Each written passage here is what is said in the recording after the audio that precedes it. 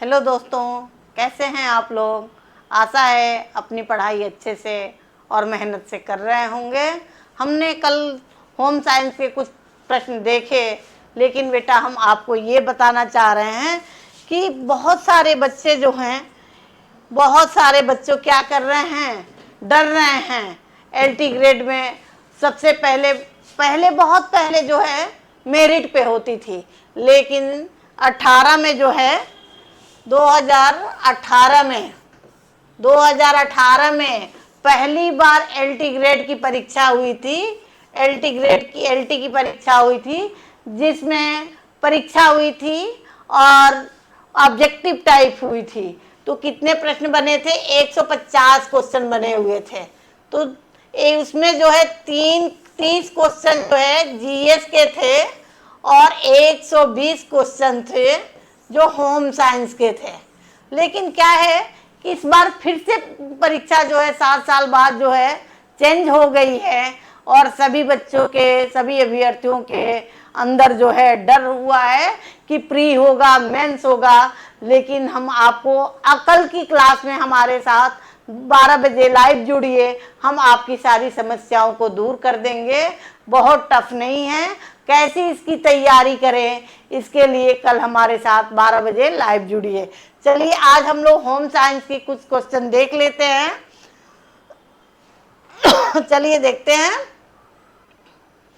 पहला क्वेश्चन है, आहार में विटामिन ए की कमी से रोग होता है। यानी कि पूछ रहा है कि विटामिन ए की कमी से कौन से रोग होते हैं। जब हम भोजन ग्रहण करते हैं तो अगर हमारे शरीर में विटामिन ए की कमी हो जाती है तो कौन सा रोग होता है?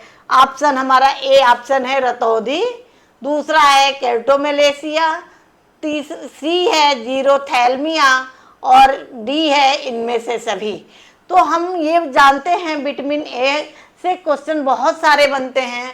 तो हम ये जानते हैं कि विटामिन ए की कमी से क्या होता है, रतौंधी भी होता है और केल्टोमेलेसिया भी होता है, जीरोथैल्मिया भी होता है जीरोथैल्मिया भी होता है और अगला ऑप्शन है इनमें से सभी। तो हम ये बताया कौन सा ऑप्शन हमारा सही होगा? इनमें से सारे सही हो जाएंगे। हमारा डी ऑप्शन क्या हो गया? सही हो गया। लेकिन इतना जानने से काम नहीं चलेगा, एक एक इसमें से क्वेश्चन बनते हैं। तो रतौंधी विटामिन ए की कमी से होती है और स्टार्टिंग में क्या होता है, रतौंधी विटामिन ए की अगर हमारे शरीर में कमी हो जाती है तो क्या होगा? जैसे सूर्य अंधेरा होगा तो हमारे आंखों से क्या होगा? दिखाई नहीं देगा। तो उसी रोग को क्या कहते हैं? रतौंधी कहते हैं। यानी कि कम उजाले में कह दीजिए, या जहां सूर्य का प्रकाश ना हो। शुद्ध शब्दों में ये जाने कि सूर्य का प्रकाश जब नहीं होगा तो क्या हो जाएगा? वहां हमको दिखाई नहीं देता है।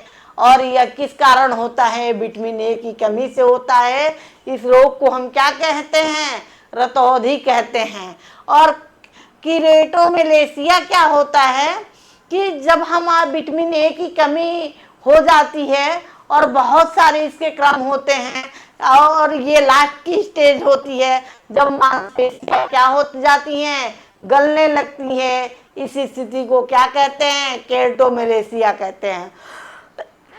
जब हमारे साथ आगे जुड़ेंगे तो बताएंगे बहुत सारे स्टेप होते हैं, बिटॉट स्पॉट, जीरोथैल्मिया, फोटोथिसिया, बहुत सारे स्टेप हैं, सारे हम लोग आगे पढ़ेंगे जी।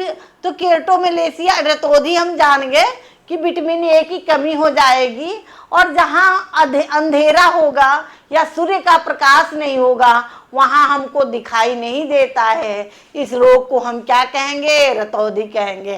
केल्टोमेलेसिया क्या है? विटामिन ए की कमी से जब हमारी मांसपेशियां क्या होने लगती हैं? छीड़ होने लगती हैं। इसको हम क्या कहते हैं? केल्टोमेलेसिया कहेंगे।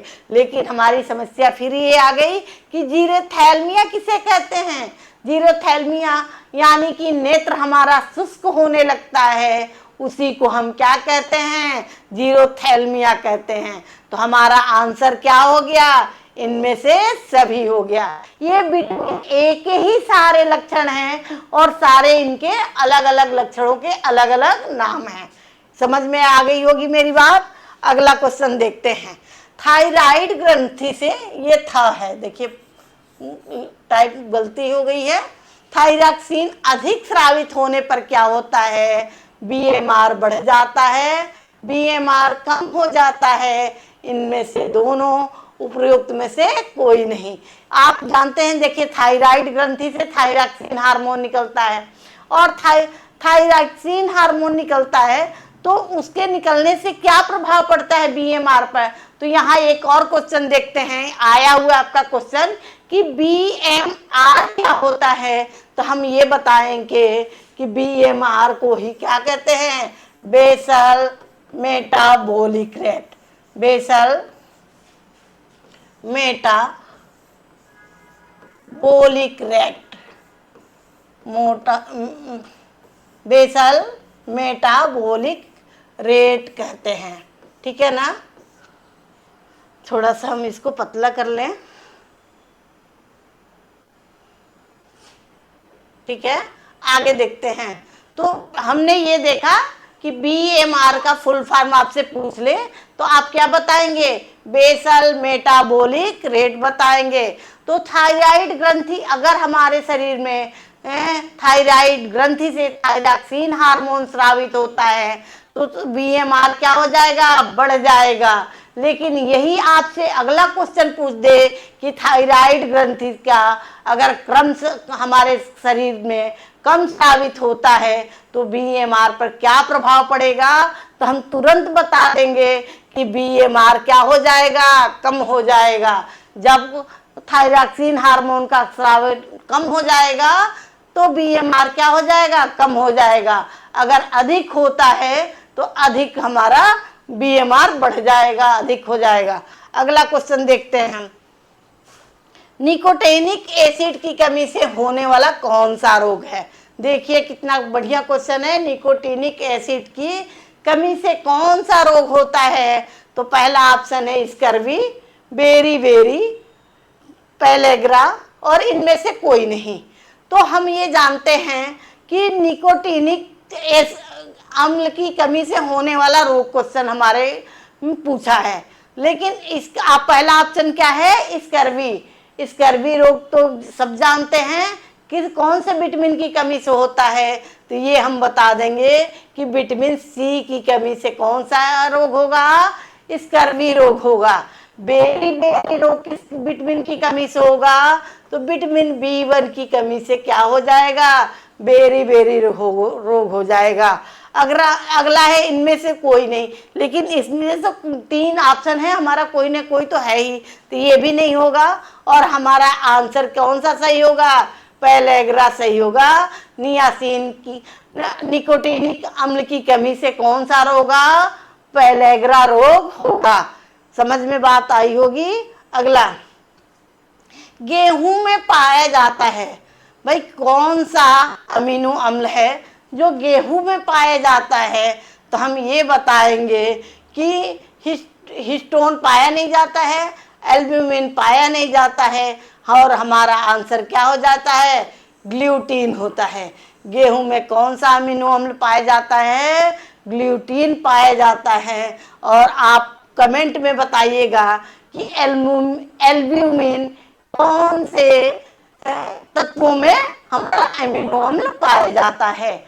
आप कमेंट करके बताइएगा, हम आपको अगले क्लास में बताएंगे। आगे देखते हैं। अंडे से कीड़ा बनने तक, देखिए क्या है क्वेश्चन? अंडे से कीड़ा बनने तक की अवस्थाओं में कौन सा क्रम सही है? यानी कि अंडे से जब कीड़ा बनता है, कौन बनता है? हम लोग होम साइंस के टेक्सटाइल वाले पार्ट में पढ़ते हैं। कौन सा चैप्टर? रेशम ना। तो रेशम में हम देखते हैं कि अंडे से वह क्या बनता है? कीड़ा बनता है। तो उसका क्रम होता है, उसी क्रम के बारे में हमको जानना है। तो पहला ऑप्शन है अंडा, प्यूपा, लार्वा, कीड़ा। अगला है प्यूपा, लार्वा, अंडा, कीड़ा। अगला है सी है प्यूपा, अंडा, लार्वा और कीड़ा। अगला है अंडा, लार्वा, प्यूपा और कीड़ा। तो हम जानते हैं कि कौन सा होता है, कौन सा ऑप्शन सही है। तो रेशम जो है अंडे से कीड़ा बनने की अवस्थाओं में सबसे पहले अंडा होता है, अंडा होता है, फिर क्या होता है, लार्वा होता है, लार्वा होता है, फिर अगला क्या होता है, प्यूपा अवस्था आती है। कौन सी अवस्था आती है, प्यूपा अवस्था आती है। और अगला कौन सा होता है, कीड़ा होता है। कौन सी होती है, कीड़ा की होती है। तो हम ये जानते हैं कि ये हमारी कितनी अवस्थाएं होती हैं, 4 अवस्थाओं से गुजर कर कीड़ा बनता है। तो सबसे पहले अंडा होता है, फिर लार्वा होता है, फिर प्यूपा, फिर कीड़ा। तो ये हमारा कौन सा ऑप्शन सही हो गया, डी वाला ऑप्शन सही हो गया। लेकिन हम ये बता दें कि आपसे यहाँ ये क्वेश्चन बन जाए कि प्यूपा किस अवस्था में, किस अवस्था से जो है हमको रेशम प्राप्त होता है, तो हम यहाँ आंसर क्या बताएंगे, प्यूपा अवस्था से ही हमको क्या हो जाता है, रेशम प्राप्त होता है। प्यूपा अवस्था में ही अंडे को मार दिया जाता है और वहीं से हमको क्या हो जाता है, रेशम प्राप्त हो जाता है। अगला क्वेश्चन देखिए, ऑस्टियोपोरोसिस नामक बीमारी निम्न में से किसकी कमी से होता है। ऑप्शन है A vitamin A, vitamin B, vitamin D और विटामिन के। तो विटामिन ए की कमी से हम लोगों ने पिछले अभी क्वेश्चन में देखा था, कौन सा रोग हो रहा था, रतौंधी हो रही थी। कौन सा रोग हो रहा था, रतौंधी हो रही थी। विटामिन बी तो बहुत सारे रोग बी कम्प्लेक्स होता है, vitamin B, B2, B3, B4, B4 नहीं होता, B5, B6, बहुत सारे होते हैं। आगे हम लोग डिटेल करेंगे। तो ऑस्टियोपोरोसिस नहीं होता है। विटामिन के की कमी से कौन सा होता है, तो रक्त क्या होता है, थक्का नहीं जमता है। क्या होता है, विटामिन के की कमी से रक्त जो है थक्का नहीं जमता है, थक्का नहीं होता है। ठीक है ना, नहीं होता, नहीं होता या थक्का नहीं जमता। ठीक है ना। लेकिन बेटा हम ये बता दें कि ऑस्टियोपोरोसिस की नामक बीमारी जो होती है विटामिन डी की ही कमी से होती है। विटामिन डी की कमी से क्या होता है, ऑस्टियोपोरोसिस की बीमारी होती है। आगे क्वेश्चन देखते हैं, सामान्य शरीर का तापक्रम होता है। ये पूछ रहा है कि नॉर्मल बॉडी की टेम्परेचर कितना होता है, यानी कि तापमान कितना होता है।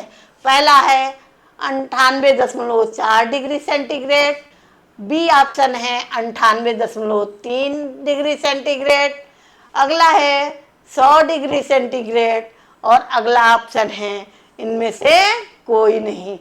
तो हम ये बता दें, 1 मिनट थोड़ा पानी पी लें हम।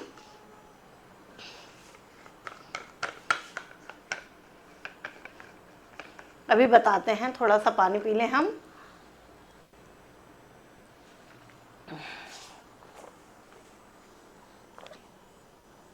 आगे देखिए, तो हमारे शरीर का सामान्य तापक्रम कितना होता है तो पूछ रहा है। तो पहला होता है, पहला ऑप्शन हमारा 98.4 है, 98.3 है, 100 डिग्री सेंटीग्रेड है, इनमें से कोई नहीं है। तो हम ये आपको ये बताना चाहेंगे कि पानी कितने डिग्री सेंटीग्रेड पे खौलता है। तो आप सभी जानते हैं कि पानी 100 डिग्री सेंटीग्रेड पर खौलता है। और 98 डिग्री हमारे शरीर का तापमान जो होता है 98.4 होता है। लेकिन आपको एक चीज और बता दे, एक बार ये क्वेश्चन आया हुआ है, अगर आपको ये भी ऑप्शन है 98.4 भी ऑप्शन है और 98.6 भी ऑप्शन है। ठीक है ना, 98.6 डिग्री सेंटीग्रेड भी ऑप्शन है। तो हम दोनों में से कंपेयर करेंगे तो किसको सही मारेंगे? 98.6 डिग्री सेंटीग्रेड शुद्ध तापमान हमारे शरीर का होता है। अगर मान लीजिए कि ये नहीं दिया है तो इसको हम मान लेंगे 98.4 डिग्री सेंटीग्रेड। लेकिन अगर दोनों दिया है उस कंडीशन में हम 98.6 डिग्री सेंटीग्रेड मानेंगे। ठीक है ना? आगे देखते हैं। सिरका किसका जलीय विलयन है? सिरका जो है, सिरका किसका जलीय विलयन है? ऑक्सीजन अम्ल का, नींबू का अम्ल, एसिटिक अम्ल, हाइड्रोक्लोरिक अम्ल। तो हमारा सिरका जो होता है एसिटिक अम्ल का जलीय विलयन होता है। सिरका किसका जलीय विलयन है? एसिटिक एसिड का होता है। और हाइड्रोक्लोरिक जो होता है, हम विरंजक में भी केमिकल एक तरह का विरंजक में भी काम होता है, आता है। और ऑक्सीजन अम्ल कुछ नहीं होता है। आगे हम लोग देखेंगे अगले क्लास में। इसका आंसर क्या हो गया? सिरका का जलीय विलयन कौन सा हो गया? एसिटिक अम्ल हो गया। और हाइड्रोक्लोरिक क्या है? एक ऑक्सीकारक विरंजक है, ऑक्सीजन अम्ल नहीं होता है, ऐसे ही आपको दिया है। और हमारा आंसर क्या हो गया? एसिटिक अम्ल हो गया। अगला देखते हैं। ये गलत लिखा है, एक है, यहां देखते हैं। एक व्यक्ति के लिए सबसे असुरक्षित चेक होता है। सुरक्षित नहीं पूछ रहा है, हमको ध्यान देना है। असुरक्षित चेक माने एक व्यक्ति के लिए असुरक्षित चेक कौन सा होता है? तो या पहला ऑप्शन देख लेते हैं, क्या है? यात्री चेक। दूसरा क्या है? Account payee cheque. और तीसरा है वाहक चेक। अगला है इनमें से कोई नहीं। तो हम देखेंगे पहला चेक क्या हो, तो कौन सा है? यात्री चेक। यात्री चेक क्या होता है? जैसे मान लीजिए कि हम अभी लखनऊ में हैं और हमको मुंबई जाना है बहुत सारे पैसे लेकर के, तो लेकिन ले जाने में हमको रिस्क है, तो हम क्या करेंगे? एक यात्री बैंक से अगर हमारा खाता है तो वहाँ से एक यात्री एक चेक मिल जाता है और यहाँ हम पैसे जमा कर लेंगे और वहाँ जो है चेक से भुगतान करा लेंगे जा करके। उस चेक को क्या कहते हैं? यात्री चेक करते हैं।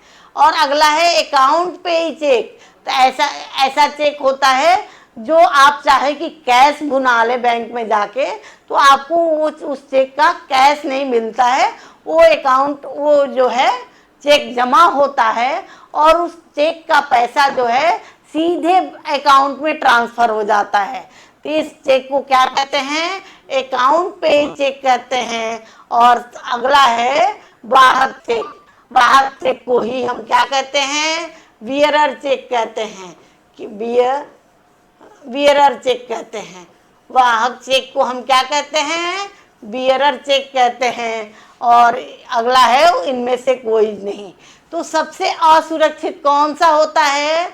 बियरर चेक होता है, यानी कि वाहक चेक होता है। अगर कहीं भी गिर जाता है और कोई व्यक्ति पा जाता है तो इसका क्या कर सकता है? इस चेक को भुना लेता है। तो अगर हमारा चेक कहीं गिर गया है तो तुरंत अपने बैंक खाते में या बैंक में तुरंत इसकी खबर दे देनी चाहिए, जिससे वो कोई भुगतान न करा पाए। तो सबसे असुरक्षित कौन सा चेक हो गया? वाहक चेक, जिसको हम लोग क्या कहते हैं? बियरर चेक भी कहते हैं। अगला देखिए, एस्बेस्टस के तंतु होते हैं। ये क्वेश्चन जो है पिछले टीजीटी में आया हुआ था। तो अगला देखिए, ये क्या कर दिए हैं? ये 1 2 3 4 5 ऑप्शन कर दिए हैं। ये देखिए, एस्बेस्टस के तंतु होते हैं। पहला है कृत्रिम तंतु, दूसरा है बी जो है ऑप्शन हमारा क्या है? जांतव तंतु, सी है वनस्पति तंतु और अगला है खनिज तंतु। तो हम जानते हैं कि एस्बेस्टस तंतु क्या होते हैं? ये खनिज तंतु है, लेकिन सारे ऑप्शनों को एक बार हम लोग क्या करते हैं? देख लेते हैं। तो पहला है कृत्रिम तंतु। कृत्रिम तंतु कौन होते हैं? जो ऐसे तंतु जो कृत्रिम विधि से बनाए जाते हैं, जैसे कौन से तंतु होते हैं? नायलॉन। नायलॉन क्या है? कृत्रिम तंतु है। पॉलिएस्टर क्या है? कृत्रिम तंतु है। ठीक है ना? डेकेरान, डेक्रान, ये क्या है? पॉली, ये जो है कृत्रिम तंतु है। बहुत सारे हैं, ये नहीं कह रहे तीन ही है, लेकिन हम आपको आगे बताएंगे। तो ये जो हम यहाँ बस ये जानेंगे कि कृत्रिम तंतु किसे कहते हैं। तो यानी कि कृत्रिम विधि से जो तंतु बनाए जाते हैं उसी को हम क्या कहेंगे? कृत्रिम तंतु कहेंगे। दूसरा है तंतुओं से बनाए जाते हैं उसी को हम क्या कहेंगे? तंतु कहेंगे। जैसे जैसे क्या है? जंतुओं से कौन सा तंतु प्राप्त होता है? ऊन। जैसे देखिए यहाँ देख लेते हैं, ऊन। और एक और कौन सा तंतु है जंतुओं से प्राप्त होता है? रेशम। जंतुओं से प्राप्त होता है।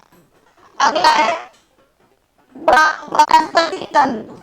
तो यानी वनस्पति तंतु कौन से होते हैं? तो जो हमको वनस्पतियों से प्राप्त होते हैं उनको वनस्पति तंतु कहते हैं। तो वनस्पतियों से कौन से तंतु प्राप्त होते हैं? जैसे कपास हमको कहाँ से प्राप्त होता है? वनस्पतियों से प्राप्त होता है। ठीक है ना? और क्या प्राप्त होता है? जैसे सन, लीनन, बहुत सारे तंतु वनस्पतियों से प्राप्त होते हैं। जब वनस्पति का हम लोग अध्ययन करेंगे हम लोग यहाँ देखते प्राप्त होते हैं उसको वनस्पति कहते हैं। जैसे आपको सन हो गया, हेम्प हो गया, कपास हो गया, लीलन हो गया, ये सारे कैसे तंतु है? वनस्पतिक तंतु है। तो पूछ रहा है एस्बेस्टॉस तंतु क्या होते हैं? तो हमारे जो खनिज तंतु होते हैं उसी को क्या कहते हैं? एस्बेस्टॉस तंतु कहते हैं। यानी हमारा कौन सा आंसर सही हो गया? खनिज तंतु वाला ये ऑप्शन सही हो गया। तो एस्बेस्टॉस के तंतु खनिज तंतु होते हैं, यानी कि जमीन के अंदर से, भूमि के अंदर से खुदाई करके हम प्राप्त करते हैं, उसी को क्या कहते हैं? एस्बेस्टॉस तंतु कहते हैं। ठीक है? खनिज से प्राप्त होते हैं और एस्बेस्टॉस तंतु जो है खनिज तंतु है। ठीक है? आगे देखते हैं। खेल कूद के मैदान वो पार्क हैं। आपसे ये पूछ रहा है कि खेल कूद का मैदान क्या है या पार्क क्या है? भौतिक सुविधाएं हैं, व्यक्तिगत सुविधाएं हैं, सार्वजनिक सुविधाएं हैं, मानवीय सुविधाएं हैं। तो हम लोग जानते हैं कि इस संसाधन जो है कितने प्रकार के होते हैं। यहाँ देख लेते हैं। संसाधन, संसाधन हम आपको बीच में आपसे थोड़ा सा ब्रेक चाहेंगे। हम आपको बता दें कि हमारे यहाँ चंद्रा इंस्टीट्यूट, IAS जो कठौता में स्थित है लखनऊ में, वहाँ हमारी ऑफलाइन क्लासेज हो रही हैं। अगर मेरी क्लास आपको अच्छी लग रही है तो आप हमसे जुड़ सकते हैं। हमारी क्लास 10 से 12 बजे सुबह मॉर्निंग में होती है होम साइंस की। तो अगर आपके वो मेरी क्लास अच्छी लग रही है, आपको समझ में आ रहा है, तो हमारे संस्था के कांटेक्ट नंबर से आप जो है सूचना प्राप्त कर सकते हैं। और हमारे यहाँ क्लासेज होम साइंस की हो रही है, पढ़ करके अपनी एक सीट को रिजर्व कर लीजिए। हम आपसे अनुरोध करते हैं कि इतनी लंबे समय के बाद ये वैकेंसी आई है और ये अवसर जाने न पाए, इसके लिए हम आपको एक कैसे लिखित परीक्षा में हम लोग लिखेंगे, हमारी रणनीति होगी। कल हम आपको 12 बजे हमारी क्लास होगी, हम आपको बताएंगे। आगे हम लोग इस क्वेश्चन को देख लेते हैं कि खेल कूद के मैदान व पार्क हैं। पूछ रहा कैसा है? तो भौतिक सुविधा है? नहीं। व्यक्तिगत सुविधाएं हैं? नहीं। भाई क्या पूछ रहा है, खेल कूद का मैदान तो कोई मेरी पर्सनल चीज तो होती नहीं है, भौतिक सुविधा तो है नहीं। और हमारा मानवीय सुविधा क्या होती है, जो मनुष्य के अंदर निहित होती है, कि उसी को क्या कहते हैं, मानवीय सुविधाएं। और सार्वजनिक सुविधाएं क्या है, जो सब नाम ही लिखा है, सार्वजनिक, मैंने सबके लिए है, किसी एक व्यक्ति का नहीं है। तो खेल कूद मैदान, पार्क, हॉस्पिटल, रोड इत्यादि कैसे संसाधन है, सार्वजनिक सुविधाएं हैं। कैसे संसाधन है, सार्वजनिक है। हम यहाँ ये बताना चाहेंगे कि संसाधन कितने प्रकार के होते हैं। तो इसी कार्य होते हैं, मानवीय, मानवीय, अमानवीय, अमानवीय, मानवीय, अमानवीय और सार्वजनिक।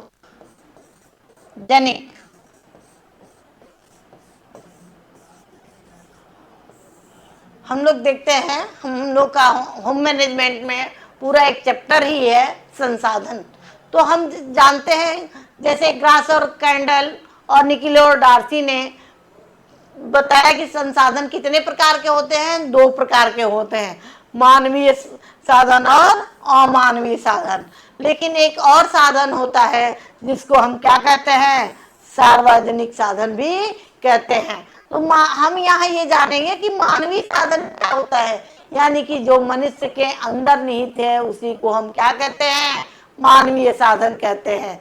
जिसे जैसे मेरे अंदर ज्ञान है, तो ज्ञान कैसा है संसाधन, मानवीय साधन है। ज्ञान कैसा साधन है, मानवीय साधन है। और इच्छा कैसी साधन संसाधन है। आपसे हर एग्जाम में इससे एक क्वेश्चन बनते हैं, तो ये देखते हैं इच्छा कैसी संसाधन है, मानवीय साधन है।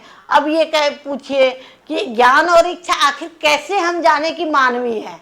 तो मनुष्य के जो अंदर निहित है, माने जैसे बाहर दिखता नहीं है ना, इच्छा दिखती है, नहीं दिखती है, कौशल दिखता है, नहीं दिखता है, ज्ञान दिखता है, नहीं दिखता है। तो जो मनुष्य के अंदर निहित है उसी को क्या कहते हैं, मानवीय साधन कहते हैं।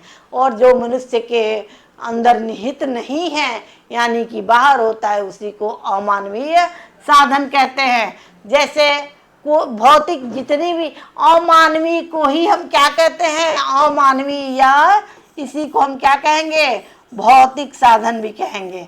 क्या कहेंगे, भौतिक साधन भी कहेंगे।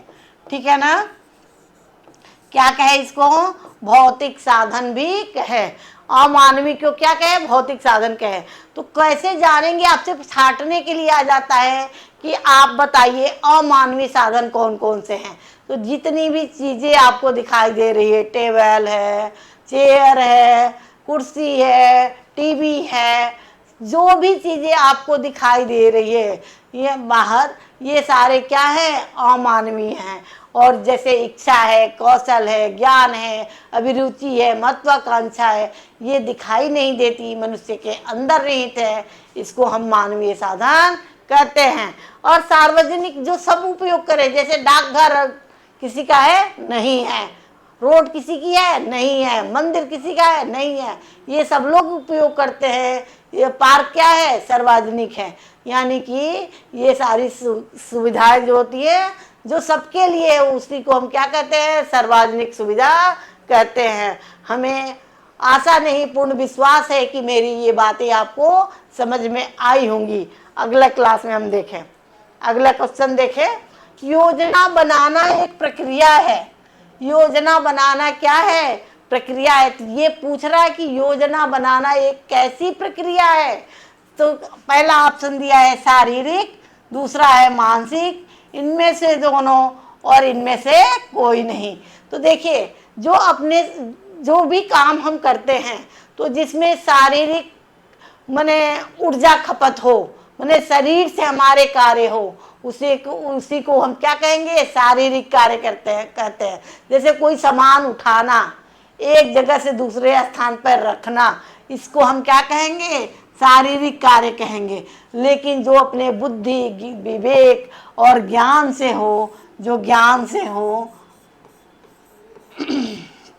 ज्ञान से हो, विवेक से हो, विवेक, उसी को हम क्या कहेंगे? मानसिक कहेंगे। मानसिक, और दोनों तो हो नहीं सकता है, ठीक है। तो पूछ रहा है कि योजना बनाना कैसी प्रक्रिया है। सिंपल सा क्वेश्चन है कि ये कैसी है? मानसिक प्रक्रिया है। योजना बनाना कैसी प्रक्रिया है? मानसिक प्रक्रिया है। तो हमारा आंसर कौन सा सही हो गया? ये सही हो गया। योजना बनाना एक मानसिक प्रक्रिया है।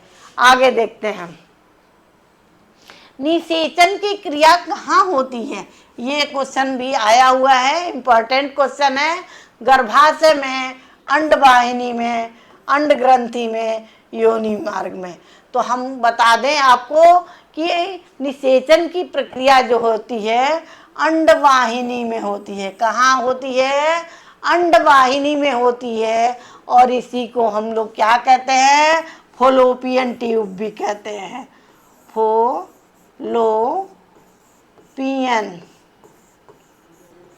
फॉलोपियन ट्यूब भी कहते हैं। क्या कहते हैं? Fallopian tube. तो हमको भूलना नहीं है, कंफ्यूज नहीं होना है। अंडवाहिनी को ही क्या कहते हैं? फॉलोपियन ट्यूब भी कहते हैं। तो निषेचन की क्रिया कहाँ होती है? तो अंडवाहिनी में होती है। अगला क्वेश्चन देखिए, जन्म से 2 वर्ष की अवस्था क्या कहलाती है? क्वेश्चन दिया है, जन्म से 2 वर्ष की अवस्था क्या कहलाती है? पहला ऑप्शन है भ्रूण अवस्था, दूसरा बी वाला ऑप्शन है बचपन अवस्था या बचपना अवस्था इसको कह सकते हैं, सी है फीटज अवस्था और डी है उपरोक्त में से कोई नहीं।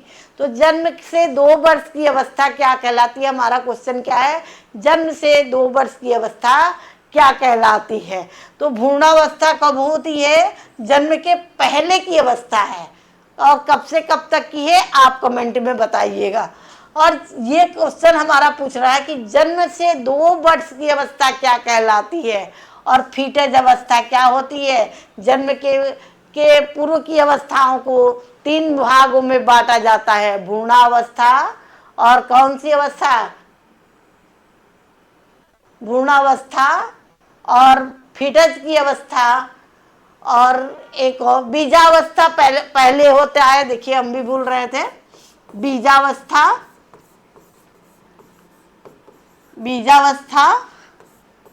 और दूसरा है भ्रूणावस्था और तीसरा फीटज अवस्था।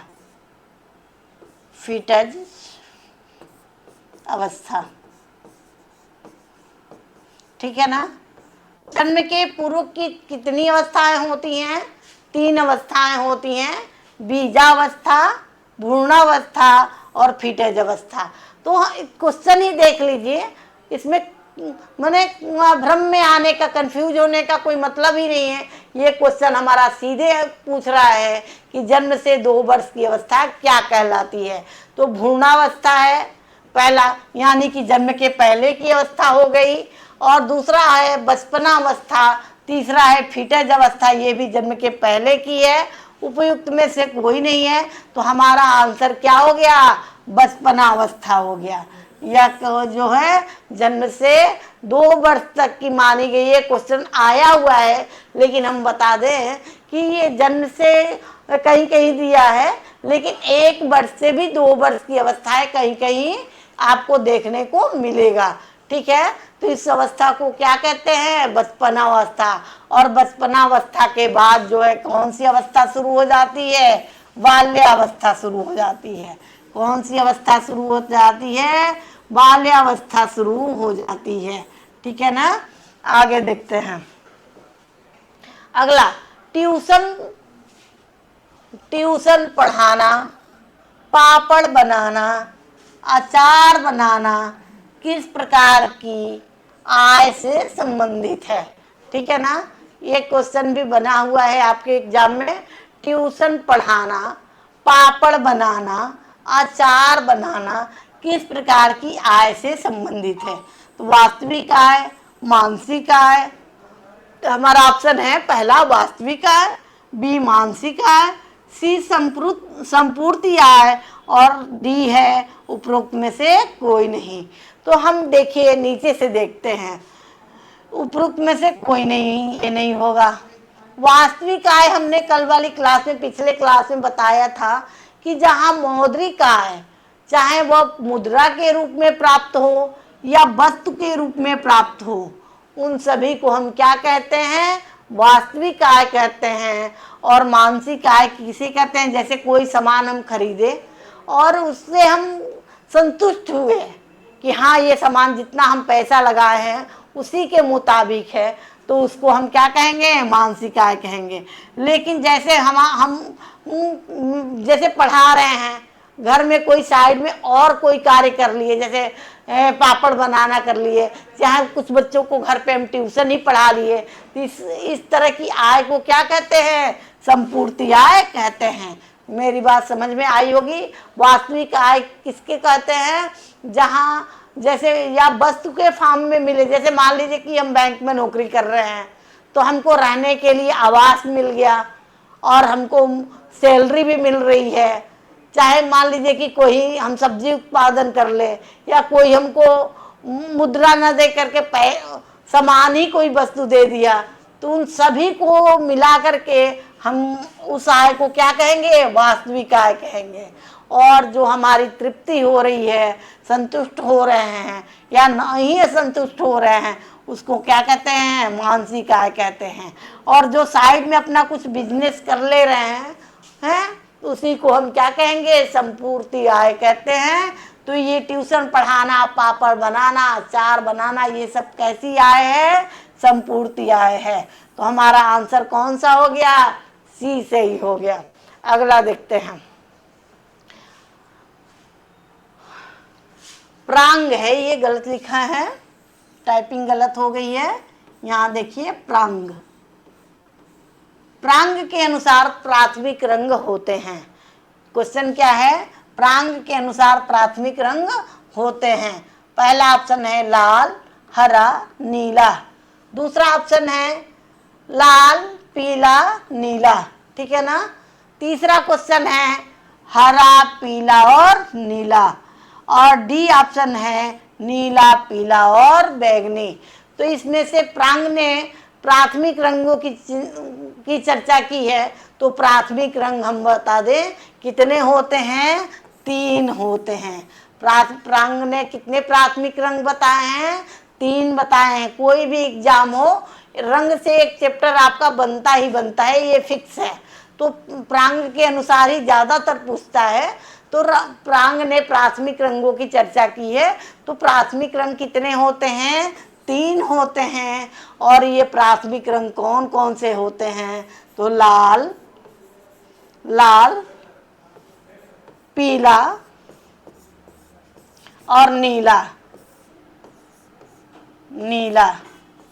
तो प्राथमिक रंग कितने हो गए? 3 हो गए। कौन कौन हो गए? लाल, पीला और नीला। तो किसने बताए हैं? आपको ध्यान रखना है। तो प्रांग ने बताए हैं। क्या नाम है इनका? प्रांग है। तो इन्होंने 3 रंग प्राथमिक कौन बताए हैं? प्राथमिक रंग लाल, पीला और नीला होते हैं। तो इन्होंने, हम ये आपको यही बता दें कि प्राथमिक रंग किसी को कहते हैं, ये स्वतंत्र होते हैं। किसी रंग के बनाने से ये क्या होते हैं? किसी रंग को, जैसे मैरून रंग बनाना है तो किसी 2 रंग को मिलाते हैं तो हमारा रंग बनता है। लेकिन ये क्या होते हैं? किसी रंग के मिलाने से नहीं बनते हैं, ये स्वतंत्र होते हैं। और ये कितने होते हैं? 3 होते हैं। कौन कौन है? लाल, नीला और पीला। लाल, नीला और पीला 3 प्राथमिक रंग हैं। अगला क्वेश्चन देखिए, समझ में मेरी बात आ रही होगी आपको। और अगर क्लास समझ में आ रहा होगा तो हमारे यहाँ चंद्रा इंस्टीट्यूट के इस प्लेटफार्म से, यहाँ जो लखनऊ में स्थित है, कठौता में, आप हमसे जुड़ सकते हैं अपने एक सीट पाने के लिए। अगला देखिए, श्वेत क्रांति संबंधित है। भाई बहुत सारी क्रांति चलती थी, तो हमारे होम साइंस में पूछता है, उससे वहाँ से भी क्वेश्चन आते हैं कि श्वेत क्रांति क्या है। तो श्वेत क्रांति किससे संबंधित है? गेहूं से, फूलों से, दूध से, रंगों से। कौन सी क्रांति है? श्वेत क्रांति। और किससे संबंधित है? दूध से संबंधित है। हमारा आंसर क्या हो गया? दूध हो गया। और दूध से संबंधित क्रांति कौन सी हो गई? श्वेत क्रांति हो गई। ठीक है, अगला क्वेश्चन देखते हैं। 3 दीवार वाले रसोई घर को क्या कहते हैं? 3 दीवार वाले रसोई घर को क्या कहते हैं? ठीक है ना। हमारा पहला ऑप्शन है एल आकार का रसोई घर। रसोई घर बहुत प्रकार के होते हैं, जब हम रसोई घर का चैप्टर पढ़ेंगे तो देखेंगे। यहाँ हम क्वेश्चन आंसर कर रहे हैं, देख लेते हैं क्या क्या दिया है, थोड़ी सी चर्चा भी कर लेंगे। बी ऑप्शन है डी आकार का रसोई घर। ई दिया है 3 दीवार वाला रसोई घर। डी है यू आकार का रसोई घर। तो हमारा क्वेश्चन क्या पूछ रहा है? 3 दीवार वाले रसोई घर को क्या कहते हैं? तो भाई डी आकार का कोई रसोई घर हमारे होम साइंस में नहीं होता है, पहले कट हो गया। और बना एल आकार में, तो एल आकार में भी जो है दो ही दीवार होती है। ठीक है ना, ये भी कट हो गया भाई। और बचा 3 दीवार वाली रसोई घर भी हमारे होम साइंस में नहीं होता है। देखिए रसोई घर जो है बहुत सारे प्रकार है, सिंपल आपको ये बता दे तो 1 दीवार वाली रसोई घर जिसमें एक ही लाइन में सारी चीजें अरेंज होती हैं। फिर 2 दीवार वाली रसोई घर, यानी कि आमने सामने 2 लाइनें होती हैं उसी पर, और रसोई घर में सारी व्यवस्थाएं केंद्रित होती हैं, उसको हम क्या कहते हैं? द्विदीवार वाली रसोई घर कहते हैं। और 3 दीवार वाली रसोई घर भी होती है जो यू शेप में होती है। ठीक है ना, तो यू शेप में देखिए 1, 2 और 3 दीवार होती हैं। तो 3 दीवार वाली रसोई घर को क्या कहते हैं? यू आकार का रसोई घर कहते हैं। और आपसे यहाँ एक बहुत सारे क्वेश्चन बनते हैं कि सबसे सुंदर रसोई घर कौन सी मानी जाती है, या सबसे अच्छी रसोई घर कौन सी मानी जाती है, या किस रसोई घर में कम चलना पड़ता है, या आपसे पूछ दे कि किस रसोई घर में सबसे कम समय शक्ति की लगती है, या किस रसोई घर में समय शक्ति की बचत होती है, तो हमारे सभी का आंसर क्या हो जाएगा? यू आकार की रसोई घर। ठीक है ना, तो 3 दीवार वाले रसोई घर को क्या कहते हैं? यू आकार का रसोई घर कहते हैं। ठीक है ना। आगे हम आपको कल फिर से मिलेंगे, लेकिन हम आपको, अगर मेरी क्लास अच्छी लगी हो तो आप कमेंट करिएगा और बताइएगा कि मेरी क्लास आपको कैसी लगी। और हम आपको 12 बजे चंद्रा इंस्टीट्यूट के ऑनलाइन प्लेटफॉर्म पर मिलेंगे। और ऑफलाइन पढ़ने के लिए, हमसे सीधे जुड़ने के लिए आप हमारे यहाँ संस्था के नंबर से कांटेक्ट करके हमसे जुड़ सकते हैं। हम ऑफलाइन आपको वादा करते हैं, आपको विश्वास दिलाते हैं कि हम आपके साथ जुड़ करके आपकी एक सीट जो है पक्की कराएंगे। आइए आप हमसे मिलिए। ठीक है, चलिए कल के लिए हम कल मिलते हैं, कल के क्लास में। जय हिंद बेटा।